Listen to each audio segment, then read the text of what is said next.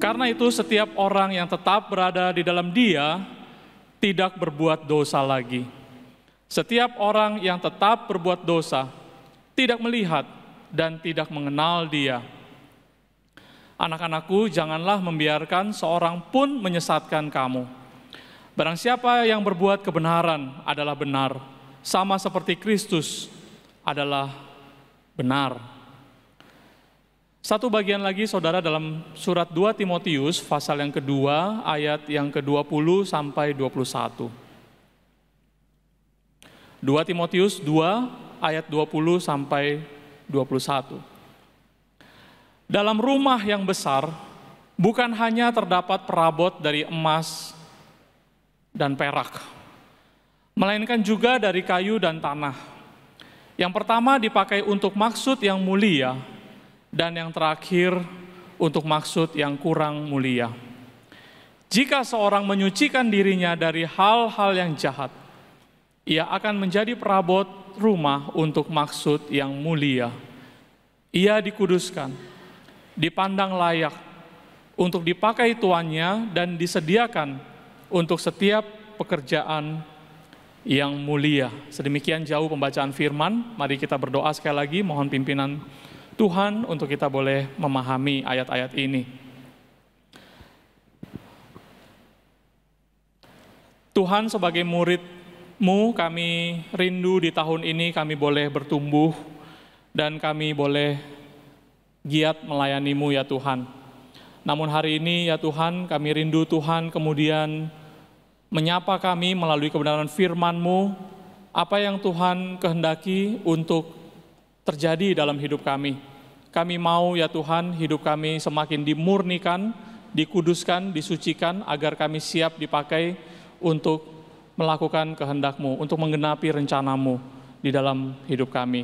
Berkatilah waktu yang singkat ini ya Bapa, bersabdalah kepada kami, oleh karena kami anak-anak-Mu, kami telah siap untuk mendengar firman. Kami bersyukur dan berdoa di dalam nama Tuhan Yesus. Amin. Saudara sekalian kasih Tuhan, sesuatu yang murni, sesuatu yang pure ya, yang bersih itu sangat berharga dan sangat mahal sekali. Saudara, sesuatu yang murni itu menjadi mahal karena kemurnian itu bicara soal kualitas.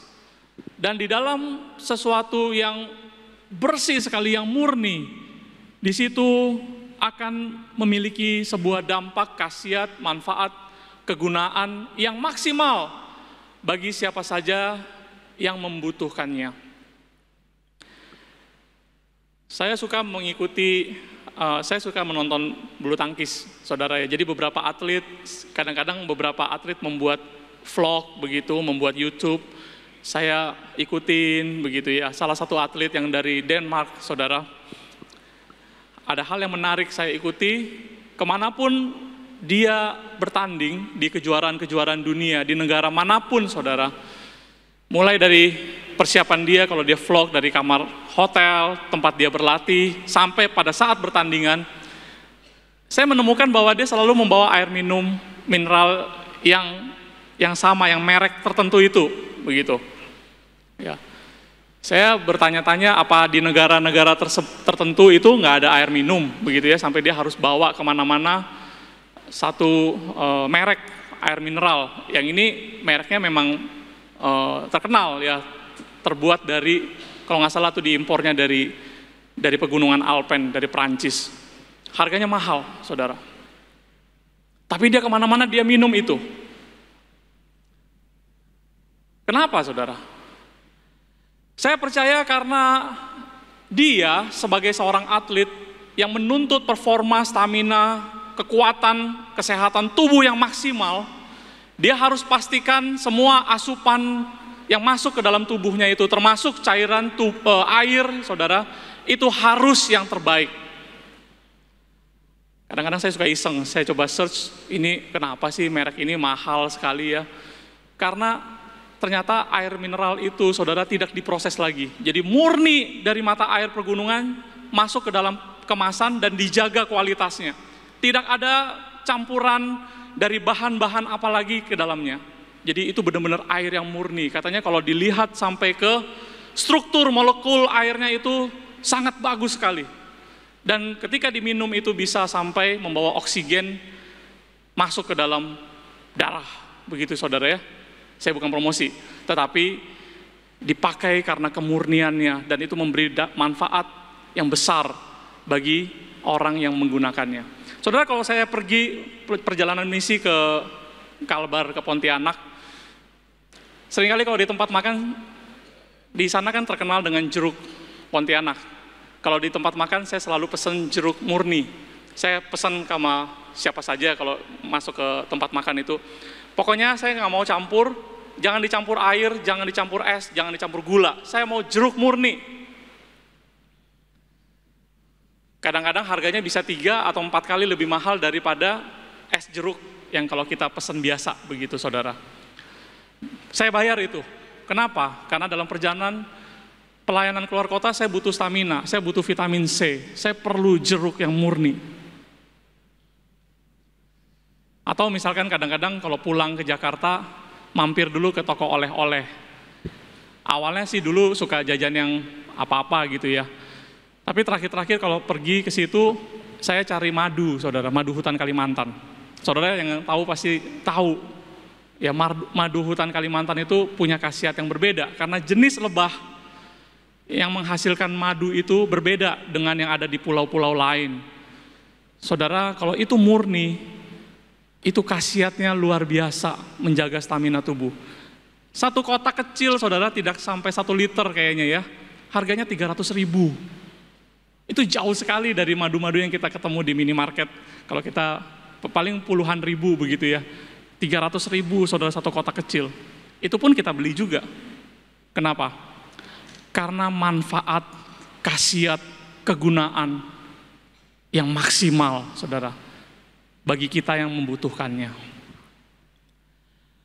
Saudara sekalian, tetapi sebaliknya sesuatu kalau itu bercampur, kalau dia bercampur dengan hal-hal yang lain, atau kalau dia terkena kotoran yang kemudian kotoran itu mengikat unsur-unsur yang ada di dalamnya, semakin banyak campuran akan merusak dan membuat dia semakin tidak berharga, saudara.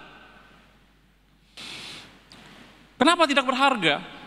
Karena ketika dia dicampur, apalagi kalau dia kotor, saudara, dia akan semakin kehilangan khasiat dan manfaat dan kegunaannya.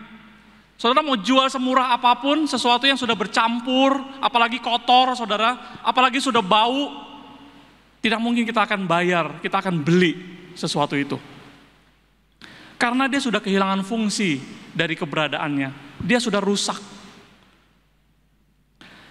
Saudara, bukan demikian dengan hidup manusia. Dosa telah mencemarkan, bahkan merusak manusia. Sehingga setiap manusia telah kehilangan kemuliaan daripada Allah. Manusia kehilangan arti dan tujuan hidup ini. Di bawah kungkungan dosa, saudara, manusia terus mencari segala kenikmatan bagi dirinya. Dan berani melakukan dosa dan kejahatan yang begitu rupa, begitu jahat. Dan akhirnya menuju maut, kematian, dan kebinasaan. Saudara, kita bersyukur pada Tuhan. Di tengah-tengah keberdosaan kita, anugerah Tuhan turun atas kita. Tuhan mengutus anaknya yang tunggal di dalam Kristus Yesus, datang ke dalam dunia untuk menebus dan menyelamatkan kita, saudara. Dengan sesuatu yang sangat berharga. Itu bukan dengan emas atau perak, tetapi dengan darah yang mahal, firman Tuhan katakan. Darah anak domba Allah yang tak bernoda dan tak bercacat celah. Saudara sekalian, darah itulah yang kemudian membasuh kita kembali dan memurnikan kita kembali. Agar hidup kita kembali boleh mencerminkan kemuliaan daripada Tuhan. Agar hidup kita kemudian boleh kembali kepada tujuan semula. Agar hidup kita boleh mempunyai arti, tujuan, manfaat, dan kegunaan seperti apa yang Tuhan telah tetapkan bagi kita. Nah saudara, namun demikian di dalam perjalanan hidup kita, mari kita jujur. setelah kita menerima anugerah keselamatan dari Tuhan Yesus, kita toh masih bergumul dengan berbagai-bagai macam dosa dan kesalahan. Itu menjadi masalah besar bagi para pengikut Kristus. Itu menjadi masalah besar bagi murid Kristus. Itu merupakan tantangan besar bagi kita. Bagaimana kita yang telah diselamatkan Tuhan, bagaimana kuasa dosa yang telah dihapuskan di dalam darah Kristus. Sekarang kita punya kemampuan untuk memilih tidak kepada dosa. Tetapi banyak di antara kita, saudara dan saya, ternyata kita masih sering jatuh lagi dan jatuh lagi. Saudara, itulah sebabnya banyak murid Kristus yang tidak mengalami perubahan hidup. Itulah sebabnya kekristenan seringkali tidak berdampak, bahkan tidak dirasakan manfaatnya bagi dunia ini. Kenapa, saudara? Karena hidup masih serupa, sangat serupa dengan dunia. Maka kalau tahun ini kita mengangkat tema tahunan kita adalah murid yang bertumbuh dan melayani, saudara, maka saya rasa langkah pertama yang kita harus perhatikan di dalam diri kita adalah bagaimana kehidupan kita. Bagaimana agar kita boleh menjaga kekudusan kita boleh berubah, dibentuk Tuhan sedemikian rupa, dan dipersiapkan Tuhan untuk kemudian kita boleh dipakai Tuhan untuk melakukan pekerjaan-pekerjaan bagi kemuliaan-Nya. Maka hari ini tema yang sangat penting untuk kita renungkan bersama, tidak berbuat dosa lagi. Yang pertama-tama, kenapa tema ini penting? Karena tidak berbuat dosa lagi itu adalah panggilan dan kehendak Tuhan. Saudara, di dalam 1 Petrus pasal yang pertama ayat yang ke-15 sampai ayat yang ke-16 yang tadi kita baca, dikatakan, hendaklah kamu menjadi kudus di dalam seluruh hidupmu, sama seperti Dia yang telah memanggil kamu, sebab ada tertulis, kuduslah kamu sebab aku kudus. Saudara, Tuhan memanggil kita, Tuhan menghendaki kita untuk kita boleh hidup kudus sama seperti Tuhan kita adalah kudus. Saudara, betul anugerah Tuhan datang kepada kita di dalam keberdosaan kita. Kita menerima anugerah bukan karena usaha kita mempertahankan hidup kita kudus atau perbuatan baik kita atau kesalehan kita. Tuhan menerima kita apa adanya, itu betul, saudara. Tetapi Tuhan tidak mau membiarkan kita untuk hidup seadanya seperti itu terus. Tuhan memanggil kita, Tuhan menghendaki kita, Tuhan berharap kepada kita, saudara, agar saudara dan saya, kita boleh memperoleh kehidupan yang kudus, boleh menjadi kudus, sama seperti Tuhan yang telah memanggil kita. Dia pada dasarnya, Dia di dalam dirinya adalah kudus. Saudara sekalian kasih Tuhan, ketika Rasul Yohanes melihat orang-orang Kristen, jadi Rasul Yohanes adalah rasul yang paling terakhir, hidup paling panjang di antara semua rasul-rasul yang lainnya, saudara. Rasul yang lainnya itu menghadapi penganiayaan, siksaan, dihukum mati, rata-rata mereka hidupnya tidak sampai tua. Tetapi hanya Rasul Yohanes yang ketika dia mau dihukum mati, dia dimasukkan ke dalam kuali yang berisi air panas, dan kemudian dia tidak mati. Maka menurut cerita legenda, serdadu Romawi itu mengeluarkan dia kembali, dan akhirnya dia dibuang ke sebuah pulau yang bernama Pulau Patmos, sampai akhir hidup dia di pulau itu. Karena hukuman mati itu tidak berlaku bagi dia. Jadi dia hidup paling panjang, saudara. Dia hidup sampai masa tua dia di dalam pembuangan di Pulau Patmos. Disitulah juga dia mendapatkan kitab Wahyu. Saudara sekalian dikasih Tuhan, Yohanes melihat perkembangan orang Kristen. Tidak seperti rasul-rasul yang lain yang sudah dihukum mati terlebih dahulu. Rasul Yohanes melihat, kok orang Kristen yang sudah diselamatkan oleh Tuhan Yesus, hidupnya nggak berubah. Itu mendapat challenge dari orang-orang Yahudi. Itu mendapat celaan dari orang-orang Romawi.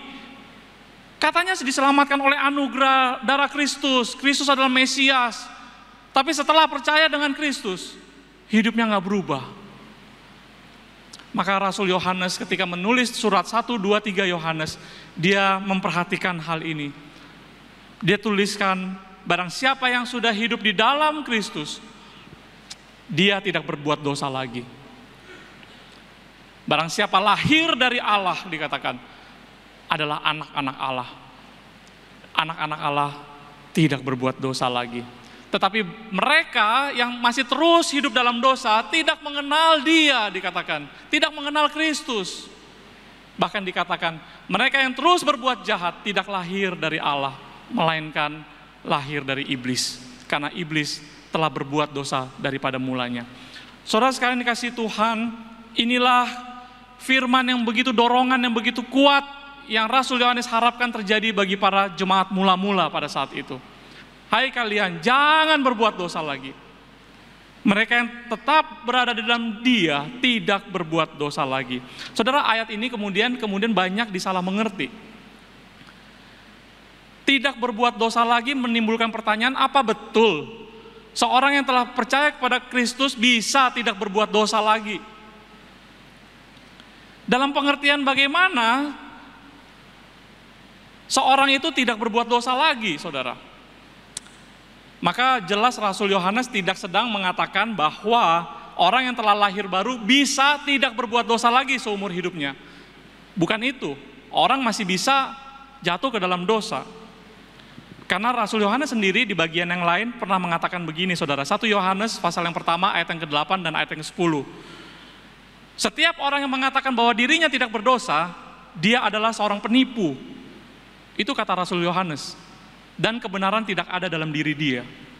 Jadi kita melalui hal ini kita tahu bahwa Yohanes tidak sedang mengatakan bahwa orang yang percaya kepada Kristus bisa tidak berbuat dosa lagi sepanjang sisa hidup dia. Tetapi lebih kepada mari kita yang sudah di dalam Kristus, ini merupakan dorongan motivasi agar kita punya janji dan komitmen sekuat tenaga kita menjaga kekudusan hidup kita. Agar kita tidak lagi mencari dosa, menikmati dosa. Saudara sekalian dikasihi Tuhan, John Wesley, seorang pendiri daripada gerakan Metodis di Inggris. Saudara, gerakan Metodis itu bisa begitu berdampak di Inggris, bisa terjadi menjadi sebuah kebangunan rohani yang kemudian menjadi sebuah momentum perubahan besar terjadi di negara Inggris, saudara. Itu bukan diawali dengan karena adanya modal besar dari jemaat-jemaat atau pengikut John Wesley. Metodisme itu berdampak, terjadi kebangunan rohani, saudara, yang besar sekali. Bukan karena modalnya besar, bukan karena mereka punya paduan suara yang indah, yang megah, bukan karena mereka punya gedung yang besar-besar, saudara. John Wesley bahkan diusir, tidak boleh khotbah di dalam gedung gereja Anglikan di Inggris. Tetapi yang menjadi jantung daripada gerakan Metodis yang bisa kemudian menjadi sebuah gelombang kebangunan rohani yang terjadi di Inggris adalah gerakan kekudusan hidup, holiness. John Wesley terus-menerus kemana-mana meyakinkan orang, di dalam Kristus kamu hidupnya bisa berubah. Kamu bisa tambah baik lagi. Di dalam Kristus, mari kita kejar kekudusan hidup. Hidup kita berdampak bagi orang. Saudara, dia meyakinkan di mana-mana khotbah-khotbah dia. Maka ada dalam khotbah dia bertemakan The Christian Perfection. Seorang pengikut Kristus yang sempurna. Saudara, dia terus mendorong orang-orang Kristen yang telah menerima Kristus. Ayo kejar kesempurnaan di dalam Kristus. Ayo kita berubah. Karena dengan berubah, kita akan menjadi sesuatu yang berbeda bagi dunia ini. Dan orang dunia akan tertarik melihat perbedaan-perbedaan ini.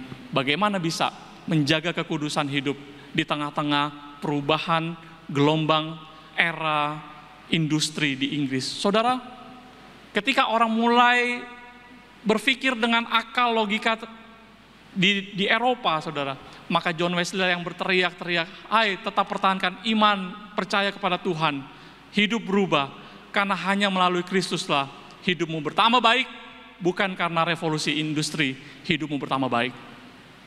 Saudara sekalian dikasihi Tuhan, bagaimana dengan kita sebagai murid Kristus?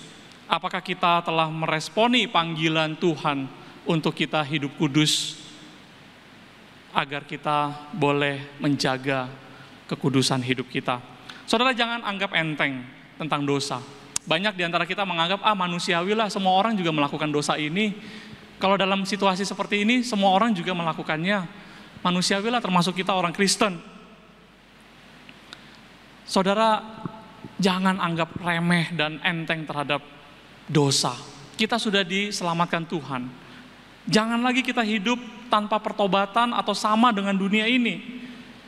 Jangan kita kehilangan manfaat dan kegunaan, saudara. Kalau kita begitu permisif terhadap dosa dan perbuatan-perbuatan yang tidak berkenan bagi Tuhan, maka kita sulit sekali dipakai oleh Tuhan, saudara. Tuhan memanggil kita untuk hidup kudus. Ibrani 12 ayat yang ke-14 berkata, kejarlah kekudusan, sebab tanpa kekudusan tidak ada seorang pun yang dapat melihat Allah. Mari saudara, kita meresponi panggilan Tuhan ini, kehendak Tuhan ini, untuk tidak berbuat dosa lagi. Yang kedua, saudara, tema ini menjadi penting karena tidak berbuat dosa lagi adalah sebuah komitmen dari kita, adalah sebuah disiplin rohani yang harus kita upayakan sungguh-sungguh seumur hidup kita. Saudara, pengudusan itu tentu karya Roh Kudus. Roh Kuduslah yang mengerjakan pengudusan, proses pengudusan di dalam hidup kita. Tetapi saudara, itu perlu respon dan komitmen kita, tekad kita untuk berusaha, untuk disiplin, untuk tetap dapat menjaga, mengupayakan hidup kita kudus, saudara. Perlu effort yang maksimal dari kita. Walaupun itu semuanya adalah anugerah dari Tuhan, pekerjaan dari Roh Kudus. Karena menjalani proses pengudusan itu adalah tanda otentik dari seorang yang telah menerima Kristus. Tanda lahir baru yang gak bisa dipalsukan. Perubahan hidup, saudara. Orang yang berubah hidupnya, yang tadinya suka berbuat dosa, berubah hidupnya. Itu tanda otentik, gak bisa dipalsukan, saudara.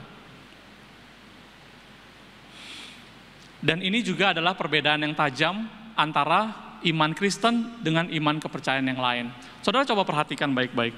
Di dalam iman kepercayaan lain, seseorang dikatakan punya rohani yang tinggi, itu kalau dia bisa melakukan amal ibadah dan perbuatan baik yang sebanyak-banyaknya.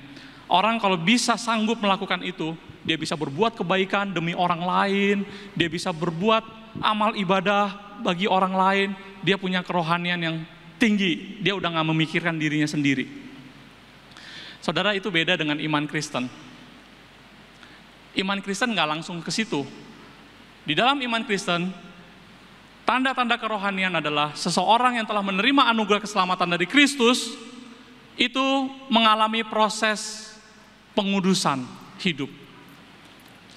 Ada dosa yang harus dibereskan dalam hidupnya sebelum dia dipakai Tuhan untuk melakukan pekerjaan baik, untuk berdampak bagi orang lain. Walaupun ujungnya ke situ, saudara, tetapi saudara melihat ada prosesnya. Dia tidak buru-buru berbuat baik.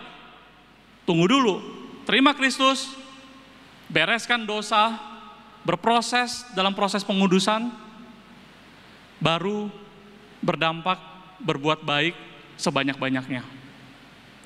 Saudara, kita melihat di dalam agama lain, masalah dosa nggak pernah dibereskan.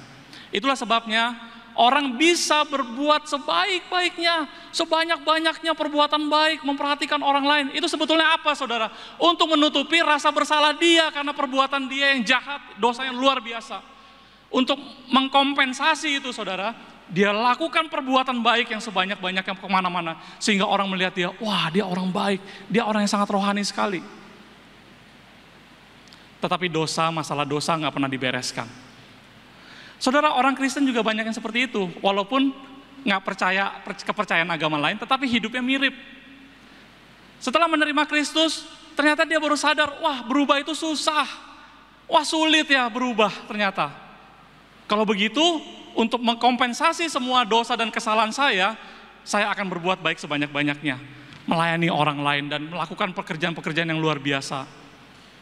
Saudara, itu bukan ajaran dan iman kekristenan. Di dalam iman kekristenan, seseorang yang sungguh-sungguh mengalami pengalaman rohani dengan Tuhan adalah dia berjumpa dengan Kristus secara pribadi. Dia mengenal Kristus secara pribadi, bukan di otak saja, bukan di dalam pengajaran-pengajaran saja. Dia memahami bagaimana Kristus hidup. Dia mau serupa dengan Kristus, dia mau coba melakukan apa yang Tuhan Yesus ajarkan. Dia menghidupi Kristus, saudara. Dan dia mengalami proses-proses di dalam kehidupan dia. Sehingga akhirnya dia bisa melakukan pekerjaan-pekerjaan yang berdampak, bermanfaat, berguna bagi orang lain sesuai dengan apa yang Tuhan sudah rencanakan. Saudara, itulah proses dan disiplin rohani yang harus kita lakukan. Bagaimana caranya kita mendisiplin diri kita? Mazmur 119 ayat yang ke-9 sampai ayat yang ke-11 berbunyi demikian, saudara. Dengan apakah seorang muda mempertahankan kelakuannya bersih? Dengan menjaganya sesuai dengan firman-Mu. Dengan segenap hatiku aku mencari Engkau. Jangan biarkan aku menyimpang dari perintah-perintah-Mu. Di dalam hatiku aku menyimpan janji-Mu, supaya aku jangan berdosa terhadap Engkau. Pemazmur berkata, dengan apa dia menjaga hidupnya tidak berdosa? Dengan menjaganya sesuai dengan firman Tuhan. Lalu di ayat yang selanjutnya dia mencari Tuhan di dalam doa dia.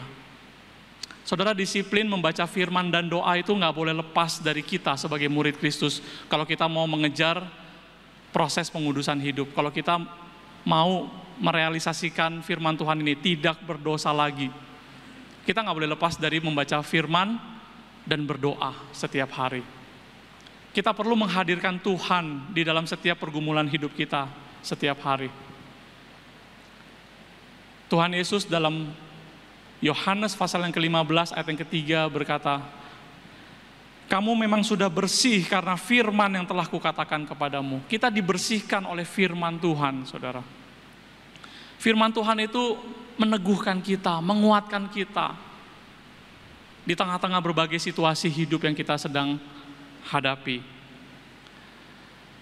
Nah, tetapi saudara, disiplin membaca firman dan doa itu ternyata enggak titik dan cukup sampai di situ, saudara. Karena kita harus terbuka untuk dibentuk, bukan? Itu komitmen kita, bukan? Firman Tuhan itu enak, kedengaran buat kita, menguatkan kita.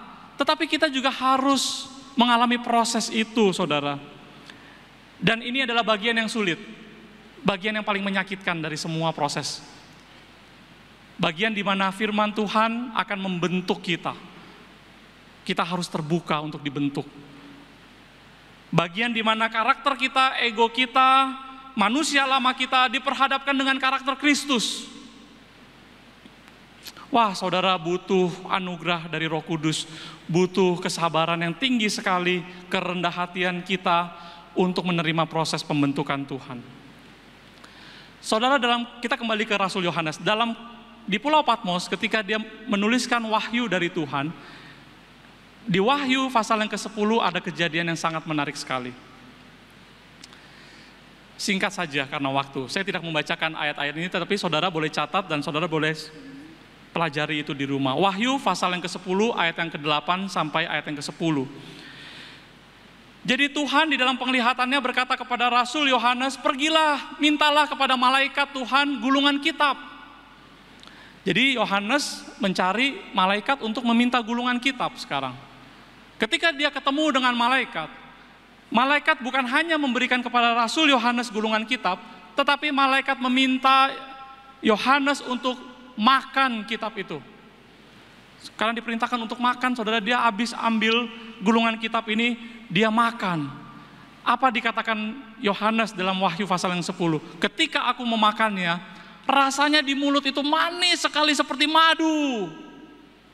Firman Tuhan itu rasanya manis seperti madu di mulut.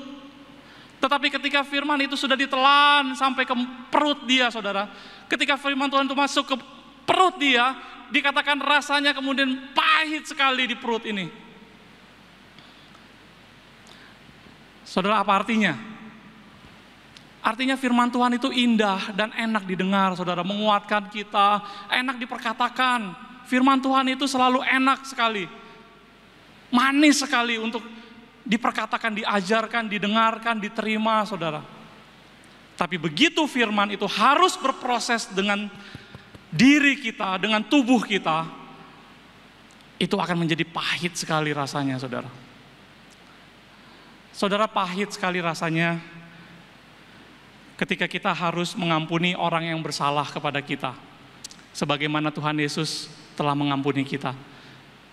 Kalau kita dengar Tuhan Yesus mengampuni kita, itu rasanya manis ya, enak, saudara. Wah, Tuhan Yesus, anugerah-Mu mengampuni aku. Wah, enak, manis, seperti madu. Tetapi begitu giliran kita harus mengampuni orang yang bersalah kepada kita, pahit rasanya, saudara. Pahit rasanya bahkan untuk terus mengalah dan mengasihi orang-orang yang sulit sekali kita kasihi. Pahit, saudara. Atau tidak nyaman, nggak enak rasanya untuk melayani Tuhan. Siapa yang pada dasarnya suka melayani Tuhan, saudara? Melayani Tuhan itu, saudara ya, harus sabar, harus berkomunikasi dengan karakter orang yang berbeda-beda, harus harus merendahkan hati, harus menyediakan waktu, pikiran, tenaga kita, terus melayani Tuhan. Udah begitu, mending dapat pujian dan terima kasih, saudara. Setelah melayani yang dapat apa? Komplainan, kritikan, masukan-masukan, saudara. Enak gak, saudara, begitu? Nggak nyaman. Nah, itu firman Tuhan, manis di mulut, saudara. Tapi begitu masuk ke perut, masuk ke tubuh kita, itu menjadi pahit. Tetapi saya ada kabar baik buat kita. Kalau kita, saudara dan saya ada dalam posisi seperti ini, kita ada dalam posisi merasakan ketidaknyamanan diproses oleh Tuhan, saudara, itu justru kabar baik bagi kita. Itu berarti, saudara, apa? Itu berarti manusia lama kita, ego kita, karakter-karakter kita itu sedang dikikis, sedang dibentuk oleh Tuhan. Walaupun sakit rasanya dan pahit rasanya, itu kita sedang dibentuk Tuhan, saudara. Kalau itu yang kita alami saat ini, kita harus bersyukur. Karena disitulah tanda-tanda rohani kita mulai hidup, saudara. Ketika Kristus mulai tampak dalam hidup kita, kita semakin kecil, Kristus semakin besar di dalam hidup kita. Itu sebabnya jangan mundur, saudara, di dalam proses pengudusan hidup ini. Jangan mundur lagi, saudara. Jangan saudara taruh lagi, hidup lagi seperti yang lama. Kalau kita sedang mengalami kesulitan hidup ini, terus bergantung pada Tuhan, terus mohon anugerah Tuhan. Tuhan, sulit rasanya, gelisah untuk tidak berdosa lagi. Tuhan, tolong saya, beri kekuatan kepada saya. Saudara, saya pernah ceritakan, saya sedang berusaha untuk menurunkan bobot ini walaupun sulit ya. Walaupun saya nggak ekstrim, tetapi cobalah sekarang di atas jam 7, jam 8 jangan makan lagi. Tapi kadang-kadang saudara, apalagi kalau persiapan khotbah seperti ini begitu ya, sampai jam 11 malam itu udah keroncongan sekali. Kalau saya balik lagi ke kehidupan yang lama, nggak selesai-selesai. Nggak enak, saudara, gelisah. Tapi di tengah-tengah kegelisahan itu ada kabar baik, bukan? Itu berarti tubuh lagi berjuang. Ayo, jangan balik lagi. Jangan balik lagi. Terus maju. Itu berarti tanda-tanda perbaikan sedang terjadi.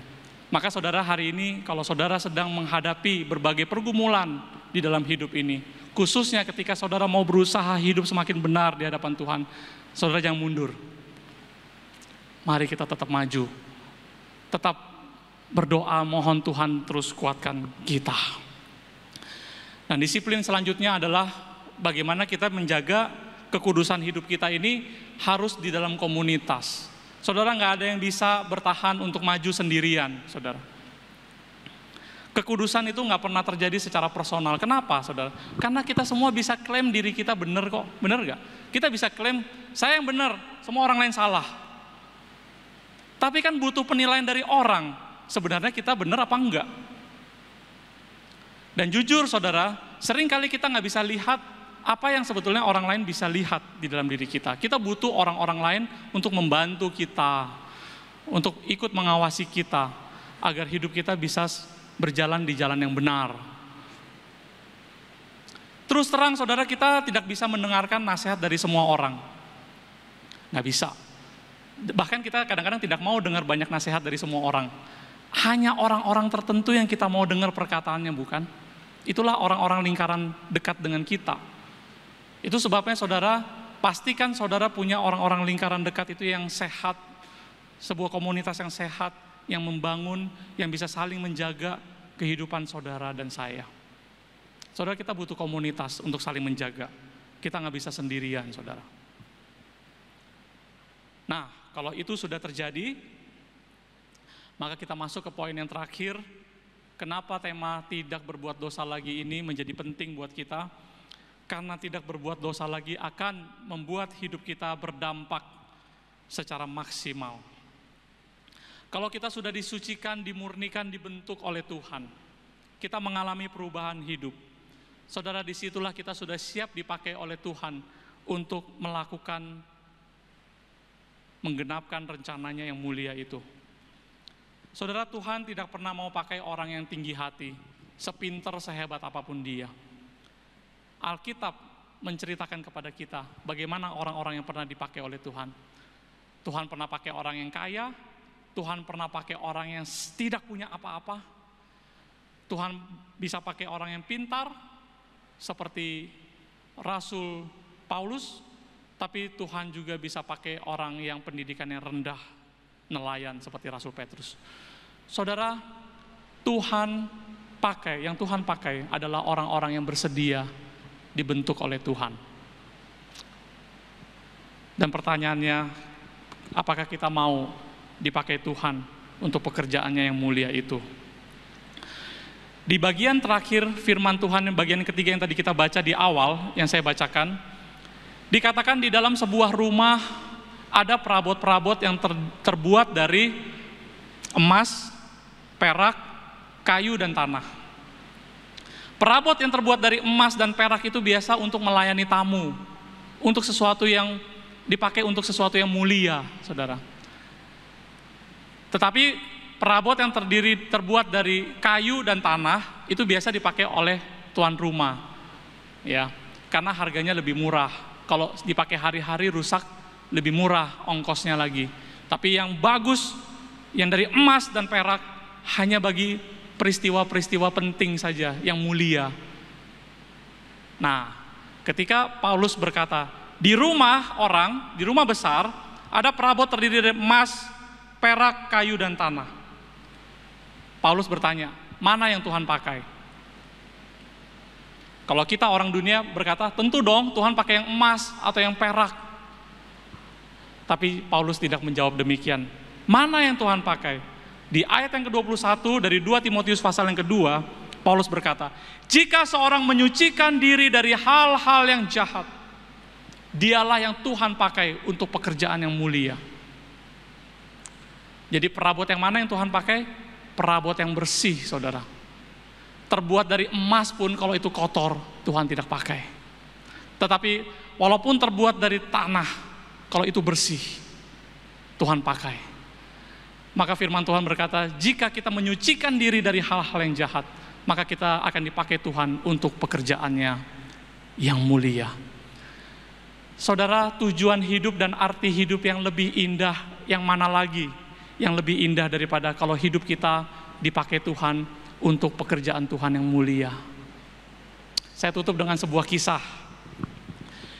Di abad ke-5, di abad ke-6 kurang lebih ya, itu di Eropa, di Italia, hidup seorang hamba Tuhan ya, yang bernama Benedictus. Dia ini orang yang saleh luar biasa. Bagi dia, kalau saya mau hidup, arti hidup saya di dalam dunia ini, saya mau persembahkan untuk kemuliaan Tuhan. Kalau saya mau dipakai Tuhan, saya harus jaga hidup saya sebaik-baiknya. sekudus-kudusnya, sesuci-sucinya, baru saya bisa dipakai oleh Tuhan. Maka dia jalani disiplin itu, saudara. Setiap pagi ada yang namanya doa Benedictus. Panjang doanya, setiap pagi dia naikkan doa itu. Tapi cuplikannya aja saya bacakan buat kita. Dia katakan begini, "Ya Tuhan, saya menyerahkan hidupku dalam pimpinanmu, saya berjanji untuk melakukan kehendak-Mu dalam segala hal hari ini. Untuk mengasihi-Mu dengan segenap hati, jiwa, dan kekuatanku. Untuk mengasihi sesama, untuk tidak membunuh, tidak mencuri, tidak iri, tidak bersaksi dusta. Untuk menghargai semua orang. Untuk memperlakukan orang sebagaimana saya ingin diperlakukan. Untuk dapat sabar.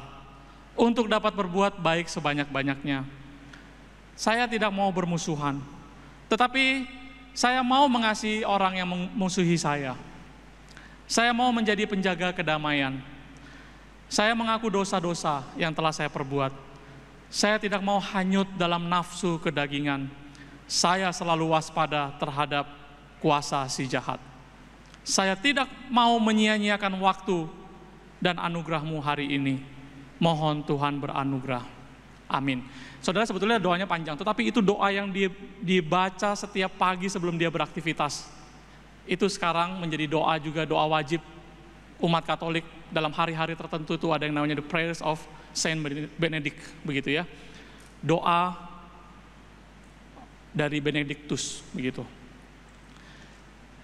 Saudara, orang yang begitu saleh, dia akhirnya Tuhan pakai menjadi apa? Dia menjadi pelopor, membangun seminari-seminari atau biara-biara untuk mendidik orang menjadi hamba Tuhan, maupun saudara, kalau di dunia barat dulu, pendidikan terbaik itu ada di biara-biara, di seminari. Dia meletakkan dasar kehidupan berasrama di seminari untuk dibentuk Tuhan semaksimalnya.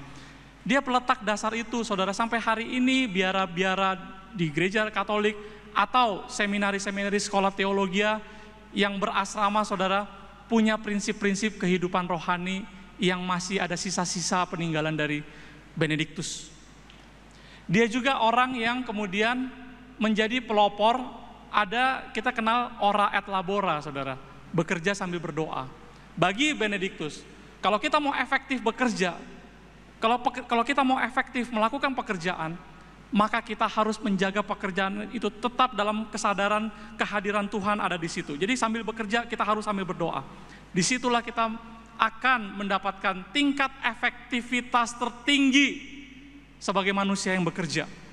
Bekerja sambil berdoa. Kalau kita 8 jam bekerja sehari, 8 jam sehari juga kita harus berdoa. Itu bagi dia, ya. Maka ada istilah ora et labora. Dia mendirikan 12 biara dan seterusnya. Dia berdampak sekali bagi perkembangan pendidikan orang-orang Eropa saat itu, ya. Dalam ribuan tahun perjalanan Katolik Roma, ya, bahkan sampai hari ini.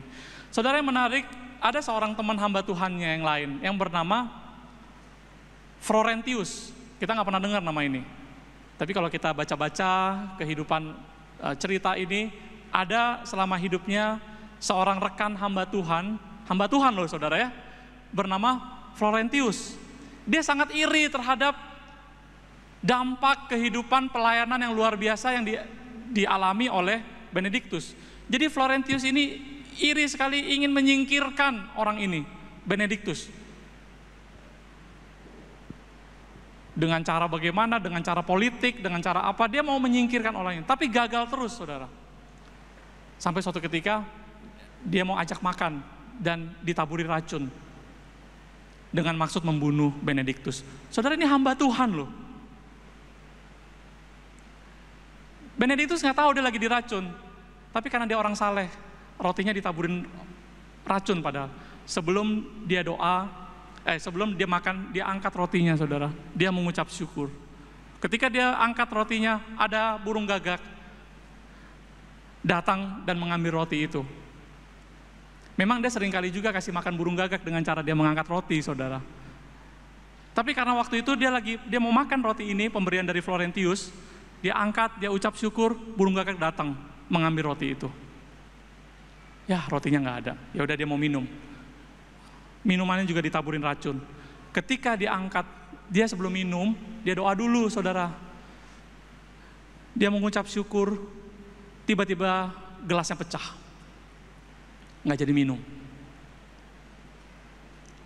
Saudara, kita melihat orang saleh memang suka dijaga, dilindungi Tuhan. Tapi Florentius nggak berhenti sampai di situ. Dia coba mau menggagalkan lagi, menjatuhkan lagi, mau cari celahnya. Dia terus cari sisi celahnya. Masa sih nggak ada celahnya? Tapi karena Benediktus menjaga hidupnya, kekudusan hidupnya sebaik-baiknya setiap hari, sampai tidak ada celahnya saudara. Florentius mengirim wanita tunasusila untuk menggoda dia, tinggal di biara bersama-sama. Tapi Benediktus tidak tergoda dan tidak terpengaruh sama sekali.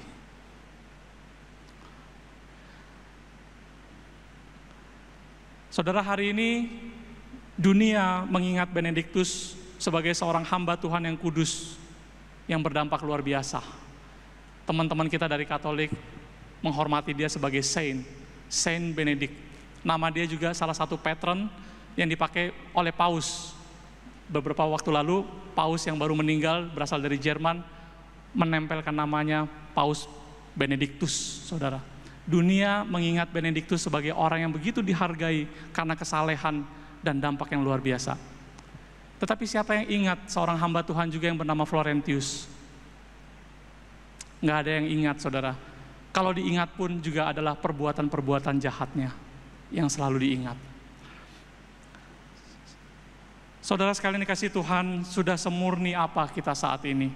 Sudah sejauh mana kita bisa dipakai Tuhan untuk melakukan pekerjaan Tuhan yang mulia?